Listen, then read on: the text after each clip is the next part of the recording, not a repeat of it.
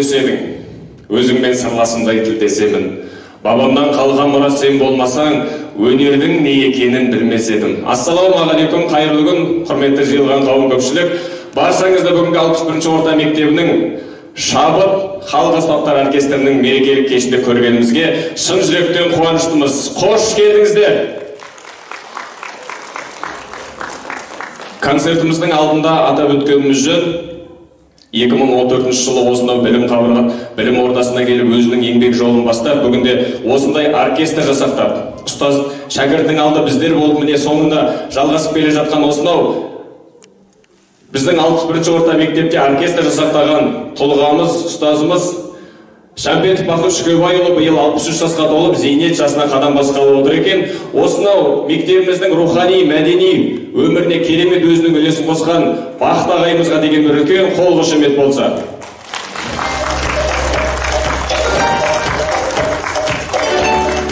Қырғыз үшін қомуздың, сақа үшін хомустың, башқұрт үшін қурайдың орны қандай болса, әлбетте қазақ ішінде домбыраның орны да дәл сондай болмақ. Тұлпардың дүбір қаққан тұяғы, көкірегінде сырлы сарын құяды. Сырлаған сан мың әуен япырмай шаңырағына қалай ғана сыяды деп Төлеген Қажыбай жырлағандай.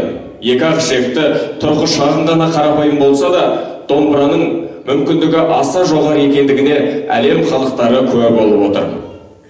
Ендеше осынау ұлылардан қалған үлкен мұрамыз домбыраны ұл қызымыз қазіргі жас буын қалай дәріптеп жүрген, сізбенен біз оны қазір осынау тамашалайтын боламыз.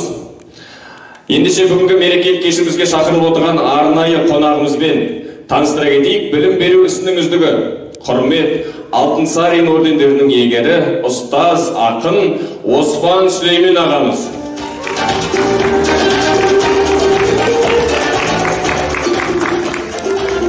Құрметті көрермендер, ендеше біздің бүлдіршіндеріміздің алғашқы нөмірінен бастайық. Алғашқы болып концертіміздің шымылдығын ашатын Құрманғазының биі «Бал бұрауын».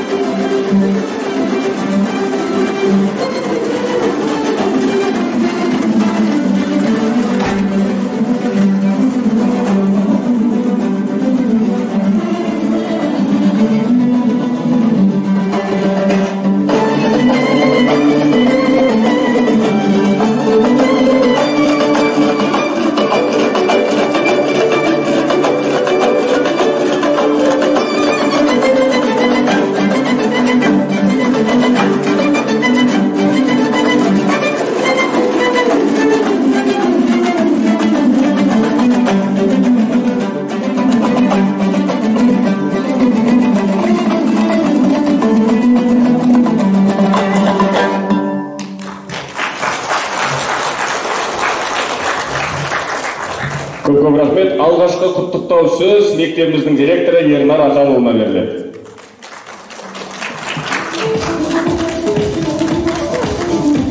Рахмет.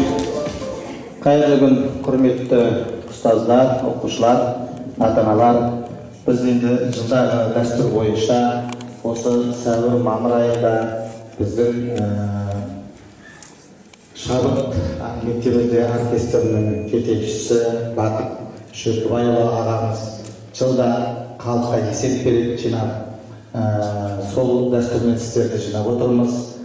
Жаңа жүргізуші айтып жатыр ғой, 10 жылдай болып қалды осы мектепте жұмыс жасап жатқанына.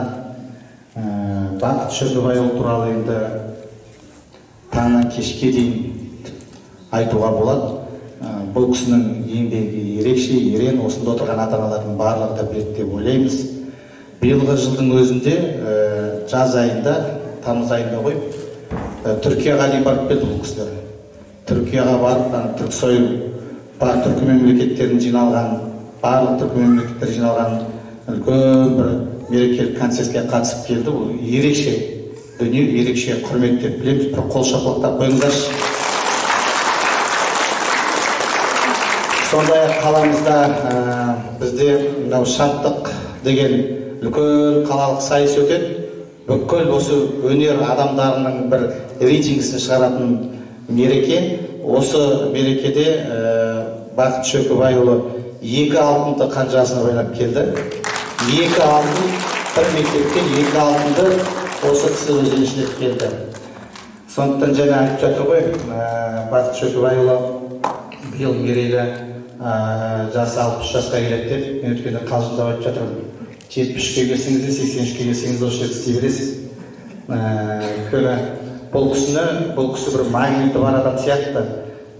Оқушылар артынан іздеп жүгіріп, ата-аналар қоса жүгіріп артынан. Ол кісіде кезек, келесі кезекте деп қараңыздаршы, керемет тамаша ғой. Бақыт Шөкібайұлына шығармашылық табыстар тілейміз. Дені сау болсын. Оқушылар қуанта берсін. Біздің мектептің оқушылары қазір республикалық деңгейде шығып жүр. Республикадан асып, жаңа айтып отырмыз ғой, Түркияға дейін барып келіп жатыр. Рахмет, балалар. Құтты болсын. Көп рахмет. Келесі болып кезекте шабыт оркестрінің орындауында Құрманғазының күйі Адай.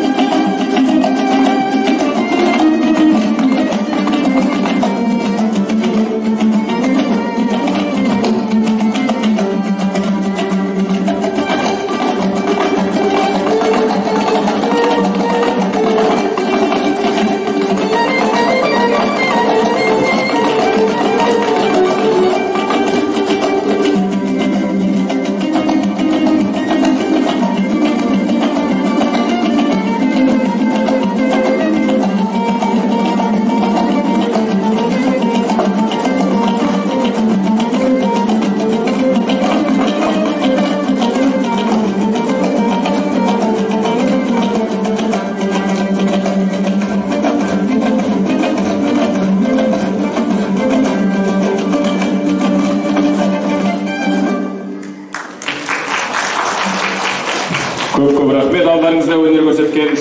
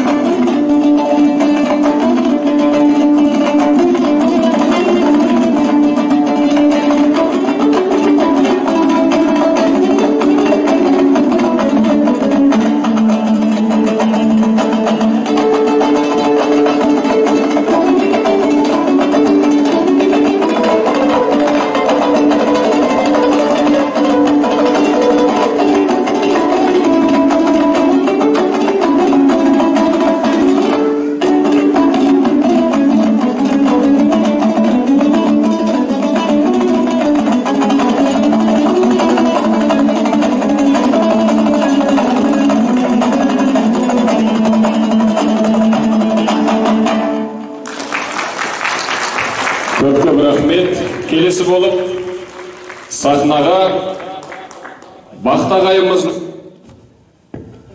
Бақтағайымыздың шәкірттері қонаққа келіп отырған Айбар мен Алдиярға сөз кезегін береміз.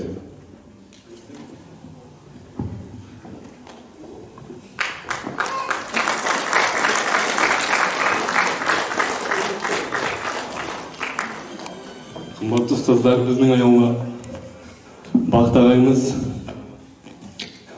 Бақтағайыма айтатын сөзім көп. Бақтағайдың алдында бүкіл ансамбль қарыздар. Ағай, сізге мен үлкен ұзақ әрі баянды ғұмыр тілеймін, мықты денсаулық, ашық аспан. Осылай арамызда жүре беріңіз күлімсіреп. Домбыраны бізге дос еткеніңіз үшін, оның асыл өнерін құрмет еткеніңіз үшін сізге мыңда бір алғыс. 100 жасаңыз. Енді міне осы жерде отырған барша мұғалімдер мен арнайы Бақтағайымыздың құрметі үшін ұстазым әнін қабыл алыңыздар.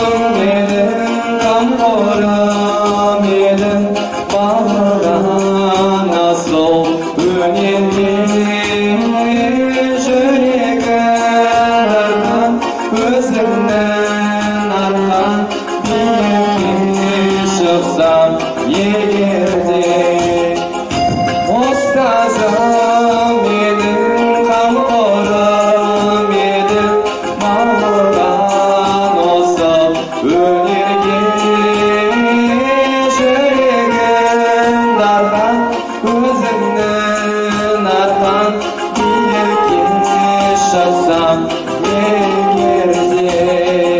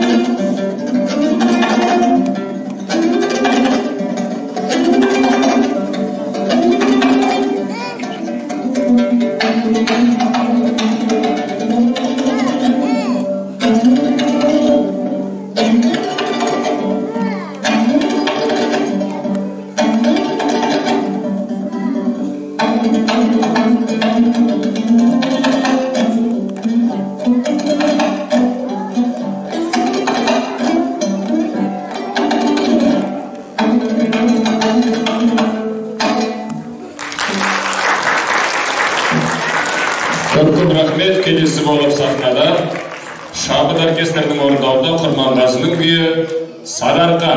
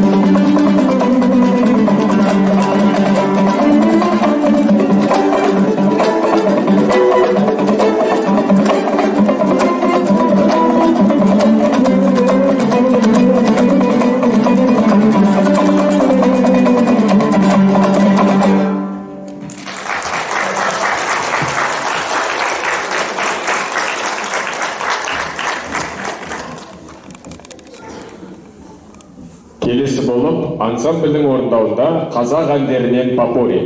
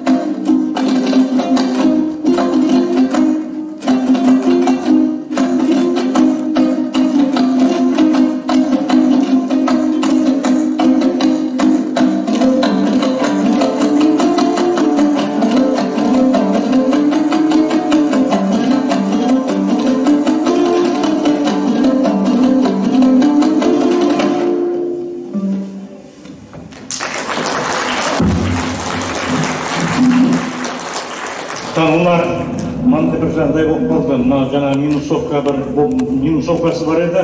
Бір бала айтып нетіп қалды да, сол минусовка болмады. Жаңа тіпті жақсы ойнайтын еді. Бұлар ана минусовкамен ойнайтын негізі. Сол болмай қалды. Өздері алып шықты.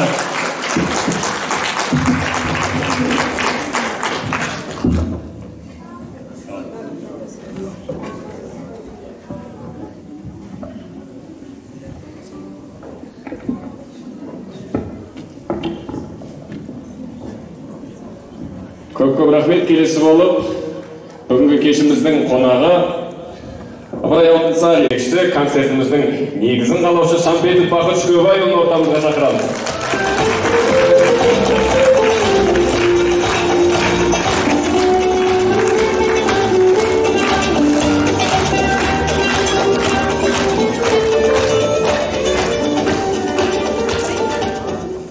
Мұны енді толықта тұрын бүгін енді осы келген мектептің әкімшіліктеріне, осы келген Оспан ағамызға, ата-аналарына алғысым шексіз. Бұны қолдап келген бәріңізге рахмет. Алланың нұры жаусын деймін жұма күні. Мынау негізі осы адам дейді, таңертең тұрғанда бұны адам айтушы еді. Құлыным таңертең жұмысқа барғанда кешке ойланып жату керек. Не бердім, не істедім, қандай не өзіңнен сабақ алу керек дейді. Сол есімде қалды. Талай айтатын сол. Әкемізде солай айтушы еді, солай тәрбиеледі. Мынау енді бүгін енді біраз жасқа келіп тұрмын.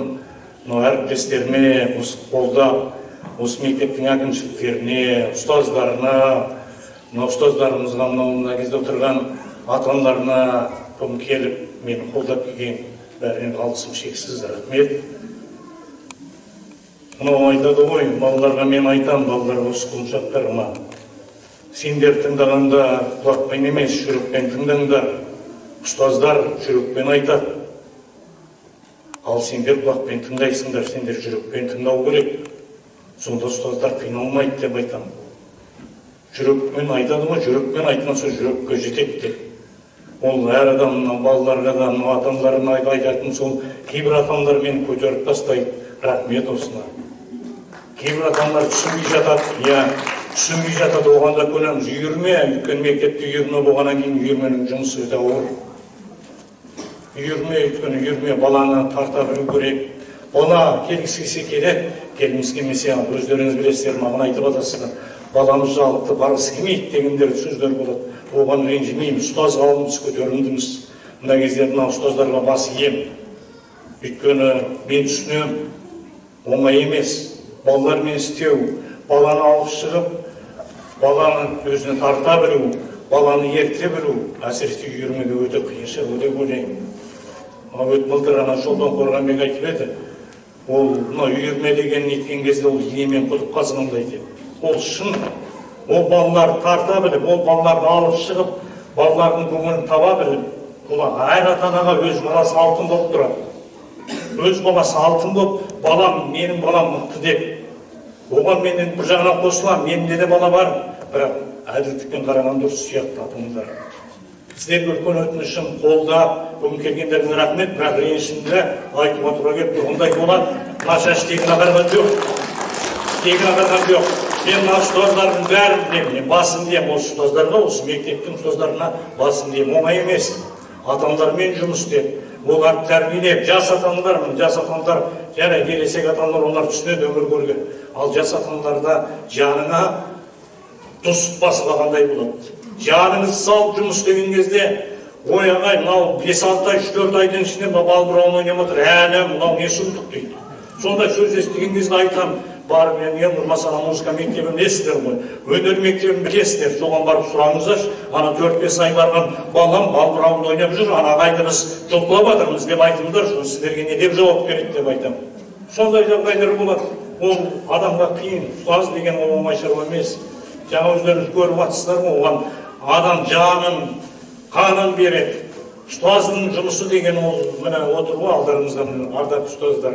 Ол кісілерге мен басын деймін. Айтады ғой, адам басына түскенде ғана түсінеді деп. Ол ұстаз болып қайтқан өмір қайтып келсең, маған айтса, ана балаларға ұстаз болып келсең, мен білмеймін. Кейбірден жиі кетпеп жылайтын уақыттар да болады. Ондай болады, ол оңай емес баланы тәрбиелеп. Мына балалар жаңа мына құлыншақтарға да рахмет, бүгін мені сыйлап келіп, мына жүргізіп жатыр. Ең алғаш келген осы балалар болған, бір асыл деген мына балалар келгенбіз. Аға, біз келіп не дейсіз, маған хабарласып жатыр, сіздің үйіңіз өтейін жатыр. Келіп осылай не дейсіз деп маған өздері келіп не деп жатқан алғысым шексіз бұл. Аллаһымыз болсын. Жаңағы Алдияр деген жаңағы мынау кішкентай кезінен тәрбиелеп концертте оқиды. Ол бала да келіп мен мынандай программаны өтейін аға. Сіздердің осына рахмет. Түсінгеніңе рахмет. Ата-анаңа рахмет сен тәрбиелеген. Сондықтан ата-аналар бүгін келгендеріңізге алғысым шексіз, қолдап келгендеріңізге барлық жақсылық болсын. Сондықтан сіздерден үлкен өтініш, ата-аналар бәріңізден сұраймын, ұстаздарды қолдаңыздар. Көңіл таба біліңіздер, оңай емес. Мына мектептің әкімшілігі болуы да оңай емес. Бәрінің көңілін тауып, бәрінің сұрақтарын табудың ердің рақамынан оңай емес деп ойлаймын. Мен бұл кісіге басын изеймін. Мен өзім адамдардың өзіне басым шығып шарадай болып жүреді. Бұл түскен ұстаздары да бар, қанша ата-аналар бар, бірнеше. Оның бәрінен көңіл табып, бәрінің көңілін табу дегеннен білмеймін. Оңай шара емес. Оған не керек? Сондықтан рахмет, осылар қолдап келгендеріңізге рахмет. Әрдайым мен сіздерден ата-аналар турайтын ұстаздарыңызды құрметтеңіздер, көтеріңіздер, осыларды құрметтеп, көңілдерін ете беріңіздер. Басқа мен сіздерден істеме сұрамаймын. Рахмет. Рахмет. Мақтағай сізге көп рахмет. Ата-аналарымыздың өзіңізге бір құттықтау сөзі бар екен. Құрметті ата-аналар, ұстаздар, мынау керемет бір іс-шара өткізіп жатырмыз. Ұстаздық еткен жақпас үйретуден балаға дегендей, біздің бақыт ағайымызға ата-аналардың атынан мыңда бір алғысымыз шексіз сізге. Осындай біздің болашақ балаларымызға домбыра ұстатқызып, күй үйретіп, сол күйді жүрегімізге жеткізген, осындай дәрежеге, осындай жеңістікке жеткен осы кісінің арқасы. Мыңда бір рахмет сізге.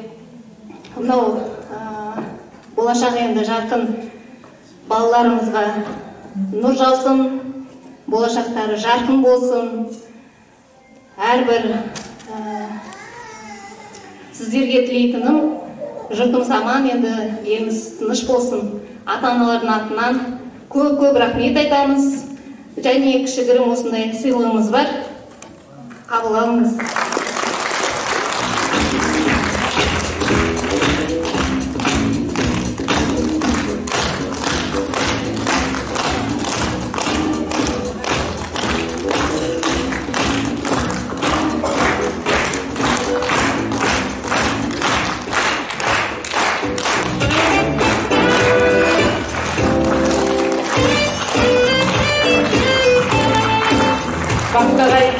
Рахмет сізге. Осы айтылған тілектерге қосыламын. Осы айтылған тілектер періштенің құлағынан шалынсын. Рахмет сізге.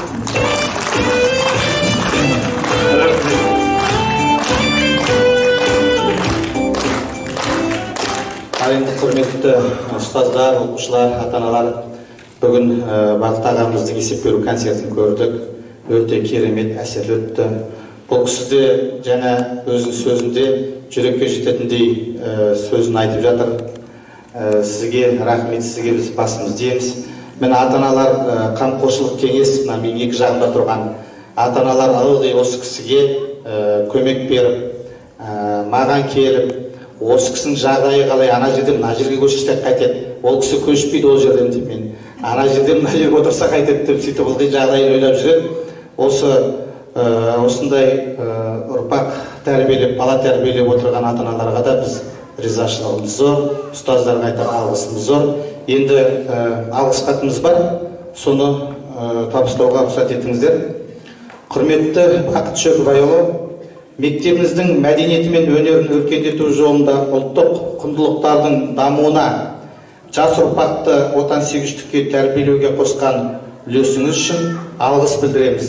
Деніңізге саулық, отбасыңызға амандық, қызметіңізге абырой тілейміз. Ізгі тілекпен Қаныш Сәтпаев атындағы мектеп лицей директоры Омарқанов.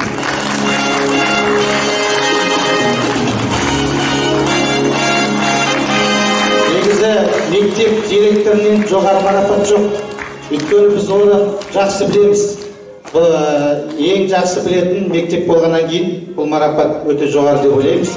Ол кісі ай сайын марапат алып жатады. Ай сайын біздің ана көңіл ашар чатта осы кісіні құттықтап жатамыз.